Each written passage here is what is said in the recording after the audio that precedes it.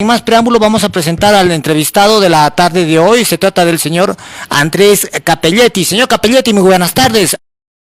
Lo saluda. Hola, ¿cómo están? ¿Cómo están? Un gusto de estar con todos ustedes y un fuerte abrazo a todos nuestros hermanos de Arequipa.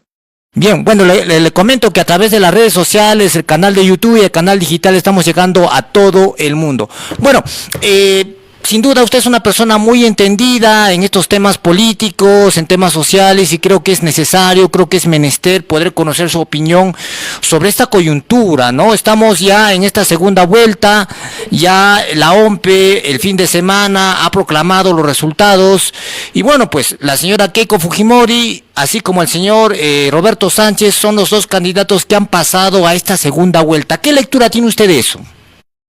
Bueno, primero hay que hacerle saber a la ciudadanía de que estas elecciones han sido muy complicadas, han habido, creo que, errores garrafales, se habla de un fraude donde está en un proceso de investigación a través de las denuncias que ha hecho el señor Rafael López Aliaga, pero fuera de todo ello, el Jurado Nacional de Elecciones y la OMPE le están dando continuidad al proceso, un proceso que yo considero viciado, pero tenemos que seguir avanzando y en este proceso tenemos a dos contrincantes, ¿no?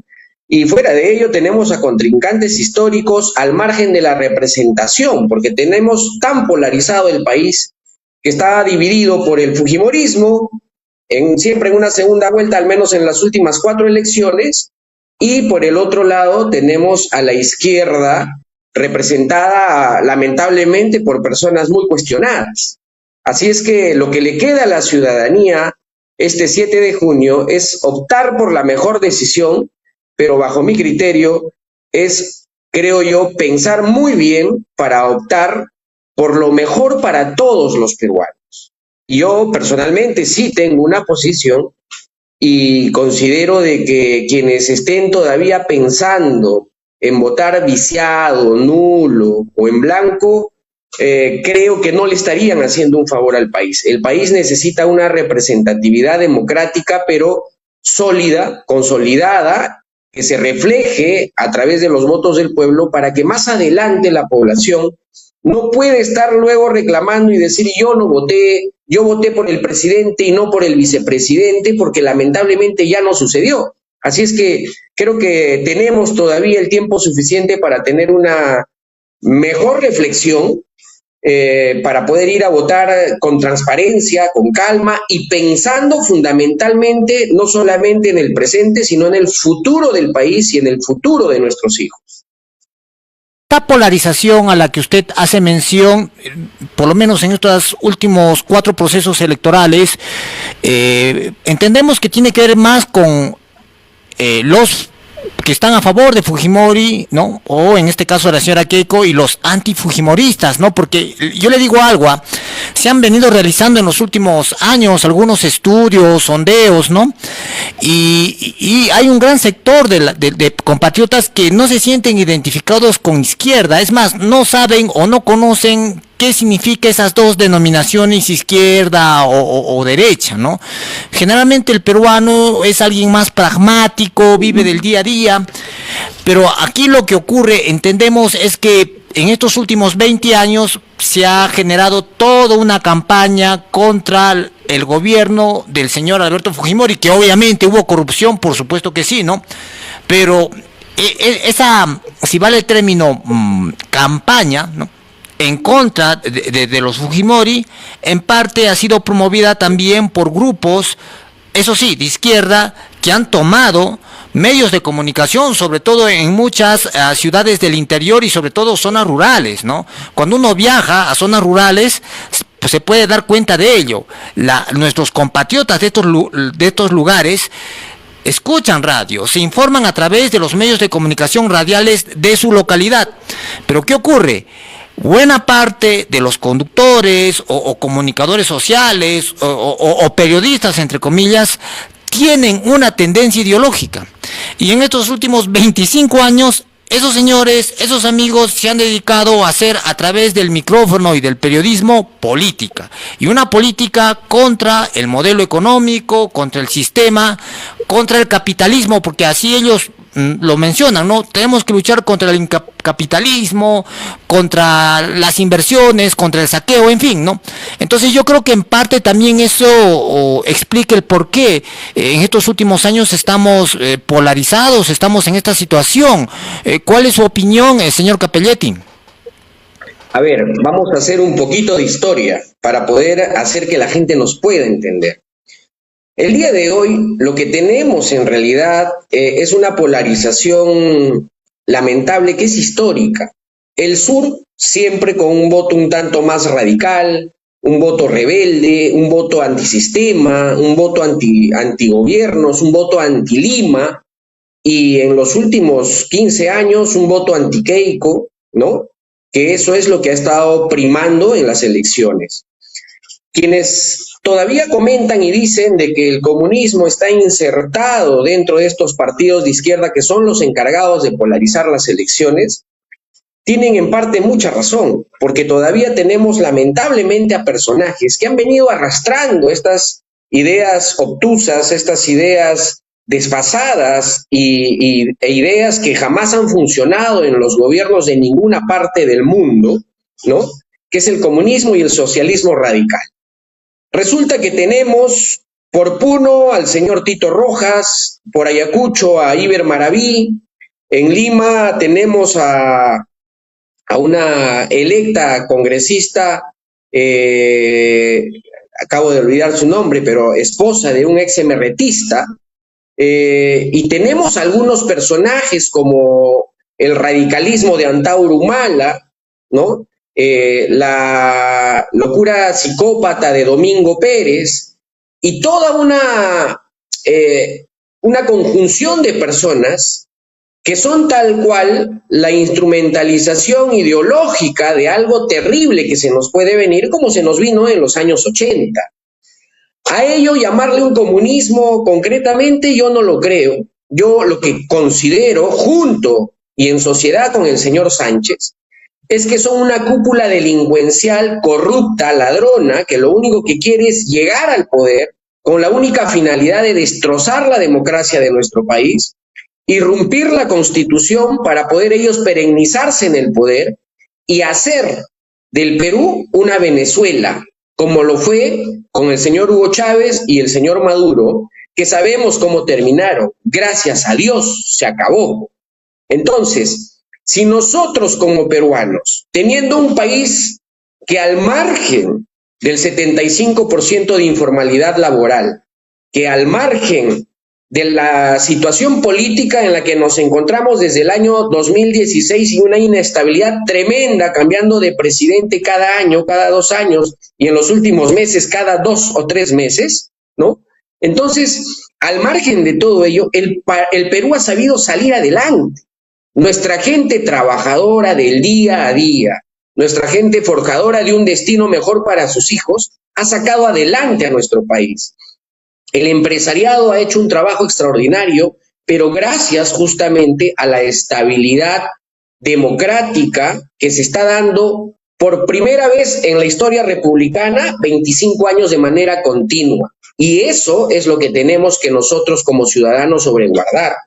Fíjense, el Perú tiene grandes potencialidades para poder estar mejor, para poder crecer al 5 o 6% que nos permitiría poder absorber a esa juventud que está saliendo de las universidades a un nuevo espacio laboral desde que salen de la universidad.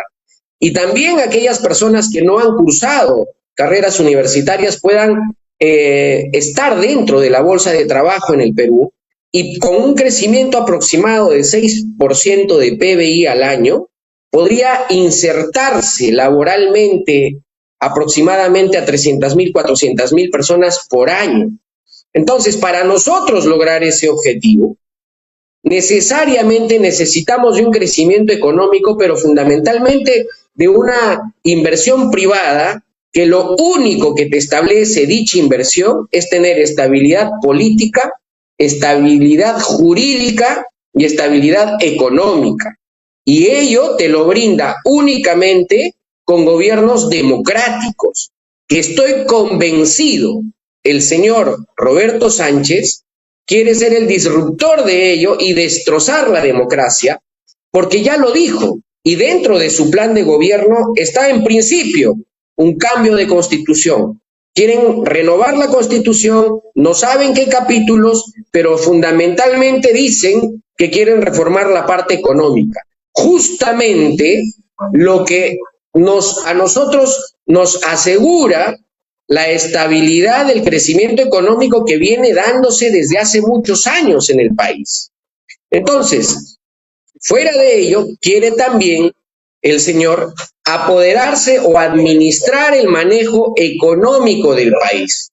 Eso es lo que terriblemente podría destrozar al país y su economía, porque lo que quieren hacer es lo mismo que hizo Juan Velasco Alvarado en los años 70.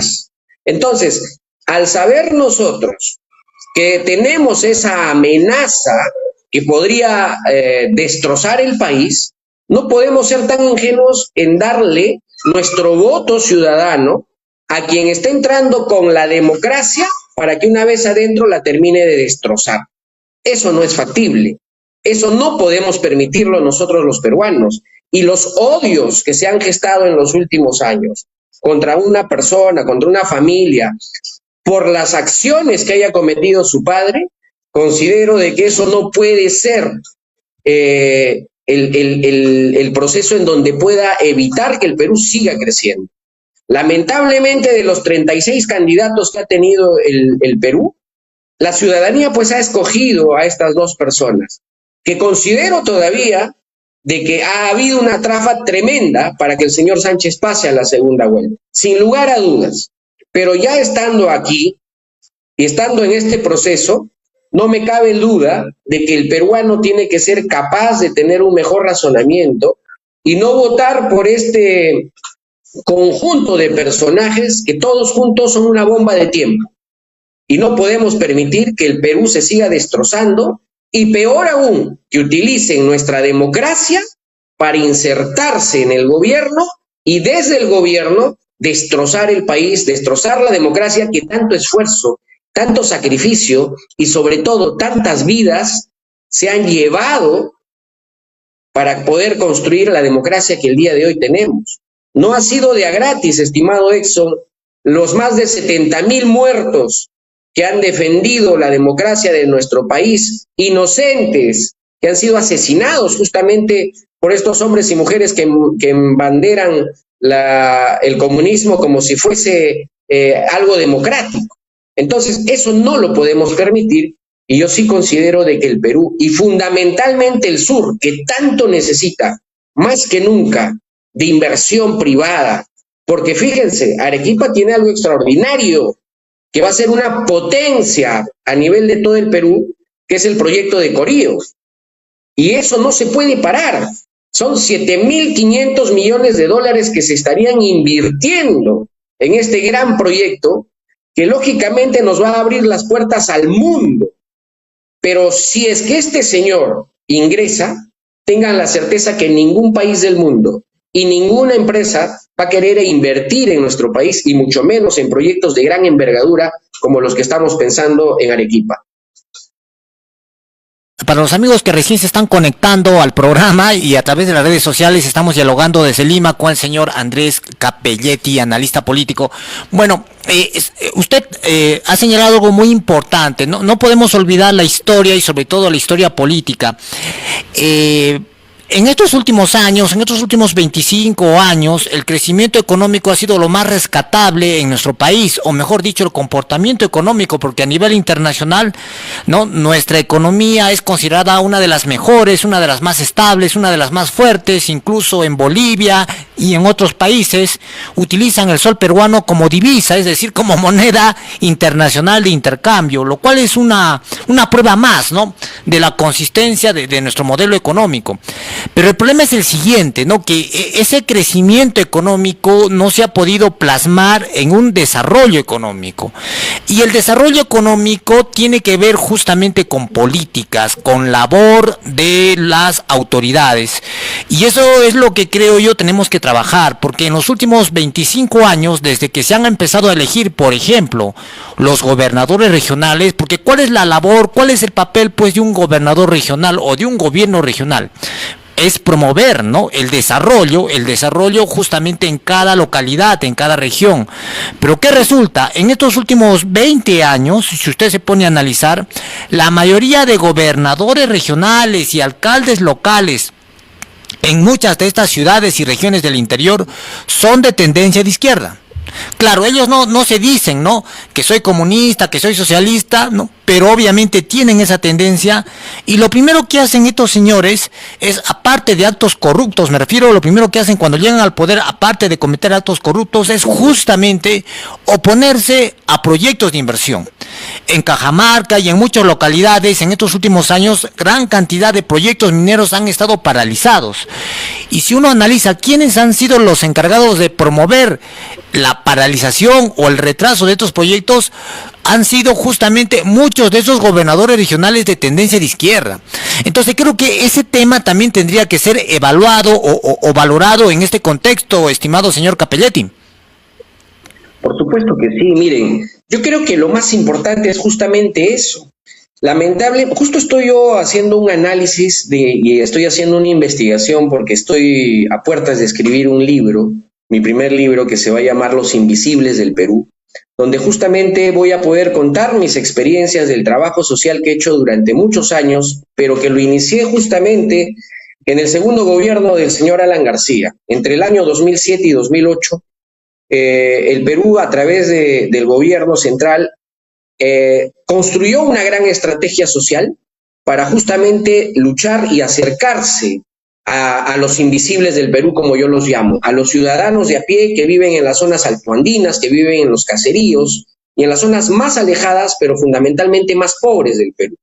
Durante ese espacio de tiempo que tuve la oportunidad de trabajar específicamente entre las regiones de Ayacucho, Huancavelica, Apurímac y todo el valle del Braen, tuvimos la experiencia justamente de ver las necesidades básicas, importantes y fundamentales de esa ciudadanía que ha olvidado el Estado desde hace ya muchos años, más de 15 años posiblemente.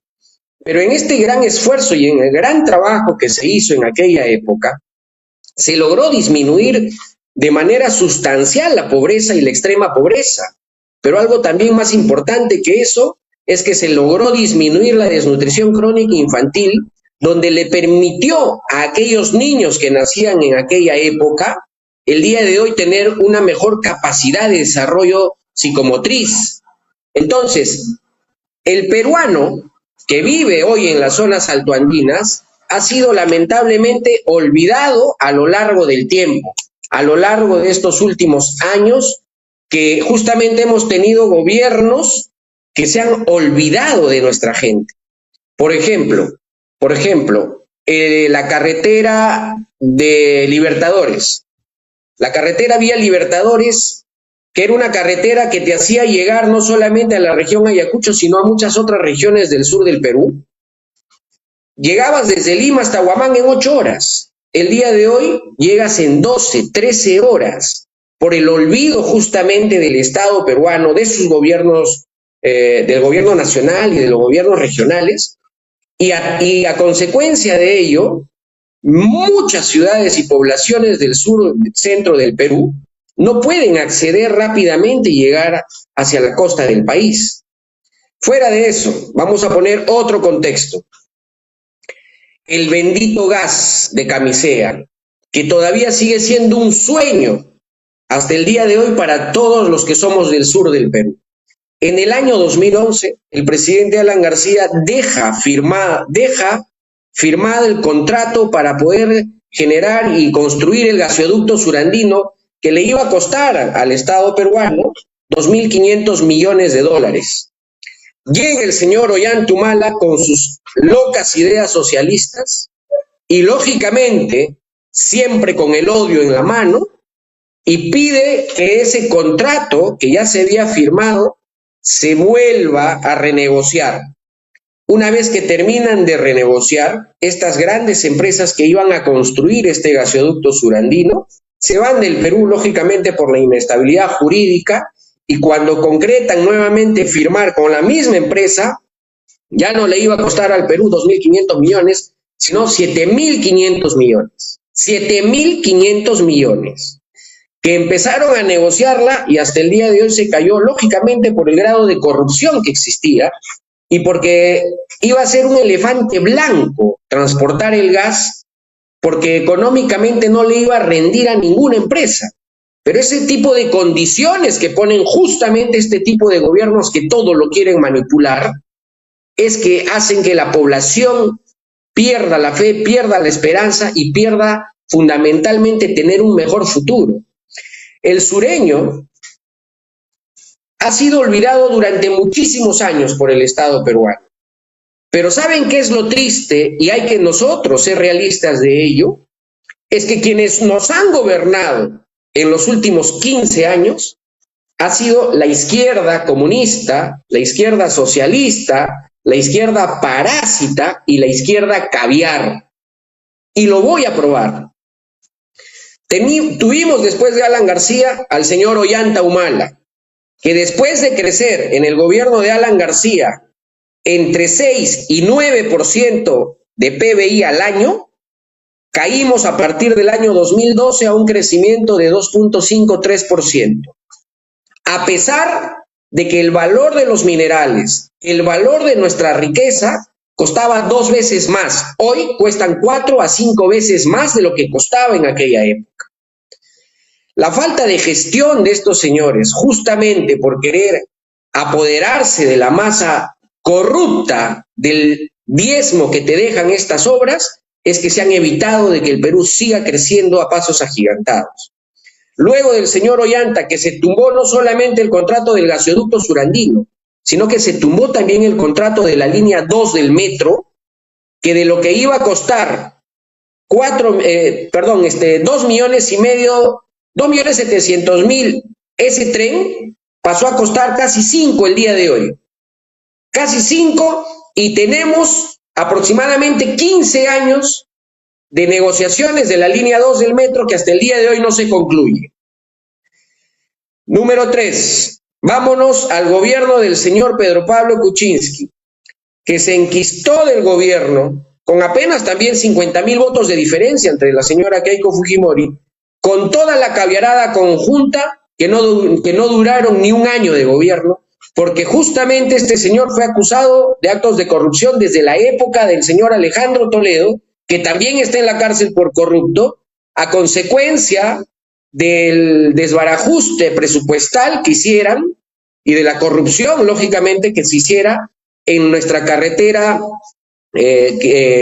suroceánica.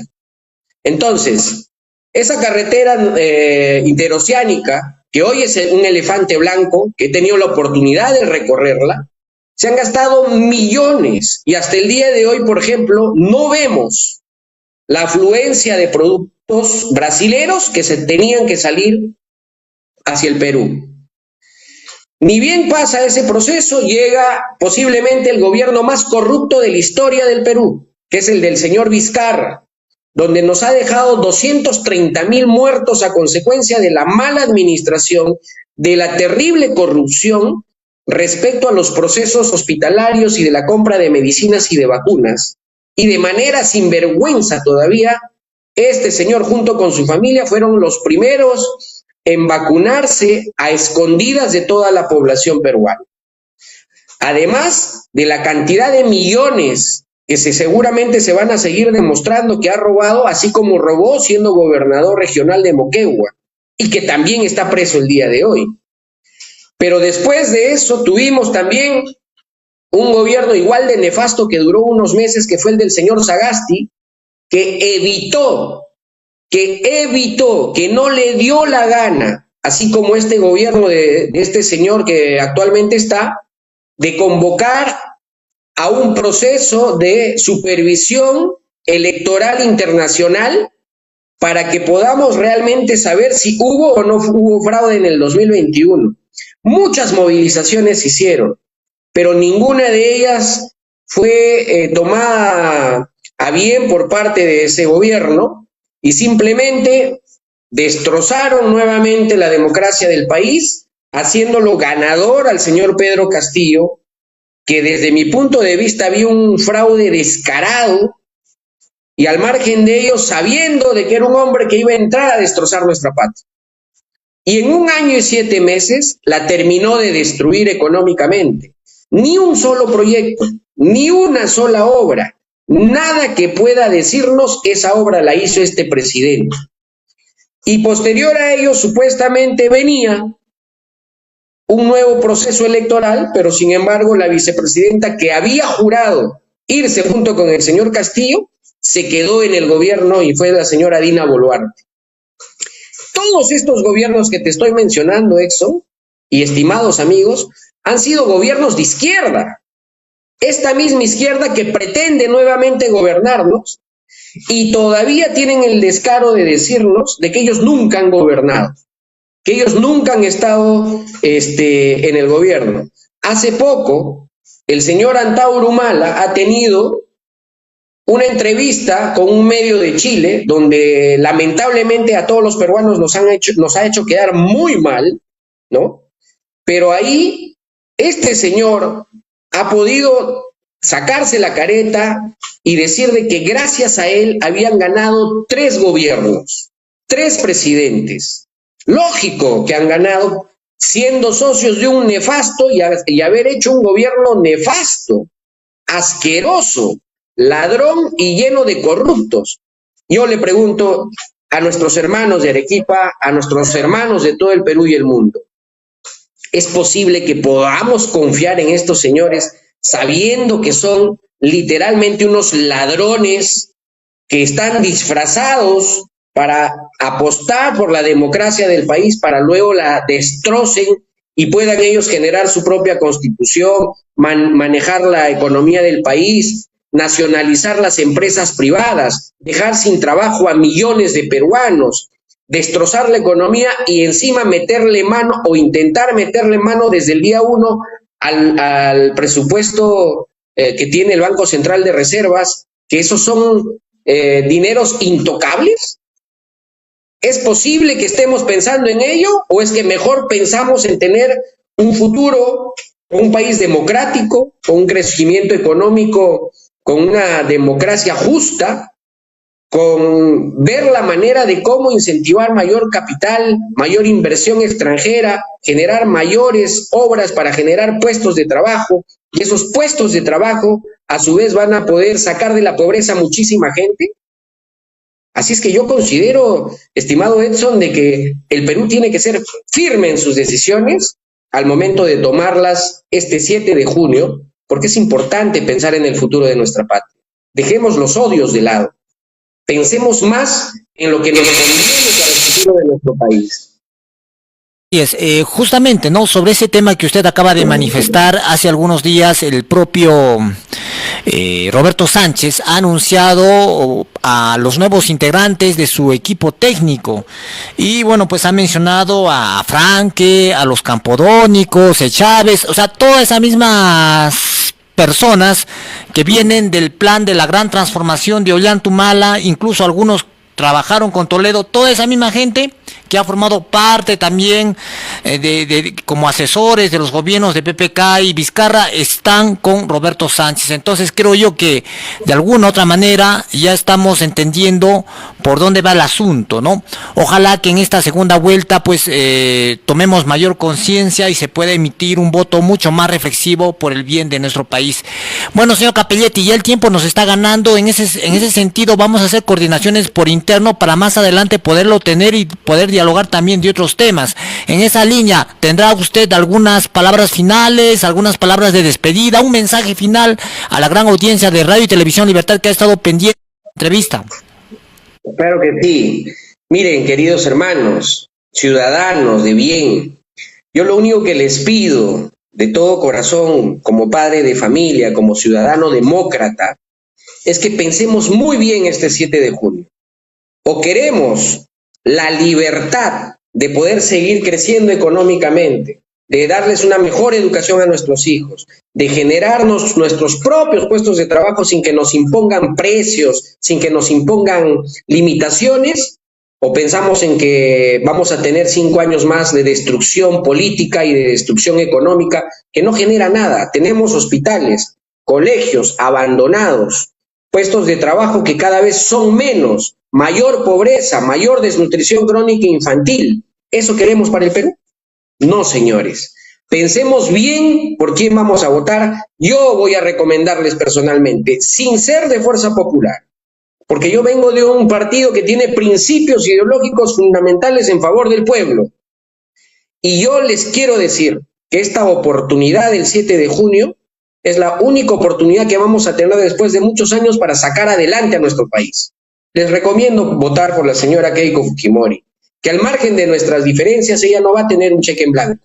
Ella siempre va a tener detrás a toda la ciudadanía y a todos los peruanos que vamos a supervisar y fiscalizar como lo hemos estado haciendo en los últimos años, y es por eso que los presidentes no han durado tanto, porque el ciudadano ya no es tonto, el ciudadano se da cuenta de las circunstancias y de la situación, y Dios mediante lo que tengamos es un gobierno que nos saque de esta crisis política, de esta crisis económica tan difícil que estamos llevando. Y nuevamente te pido, vota con responsabilidad, vota por el futuro del Perú, vota por tus hijos, vota por Keiko Fujimori. Muy buenas tardes. Para los amigos que se están conectando a la señal del programa, les informamos que acabamos de dialogar, ¿no?, con el señor Andrés Capelletti, el analista político, y bueno, pues hemos tocado un tema muy importante relacionado justamente a este contexto, esta coyuntura. Segunda vuelta. Bueno, 6 de la tarde ya con 54 minutos, también ya el tiempo nos ha ganado. El día de mañana vamos a continuar con más información. Agradecemos su sintonía, que tengan una muy bonita tarde. Permiso. Desde la central informativa más grande y moderna del sur del Perú, transmite Radio Libertad.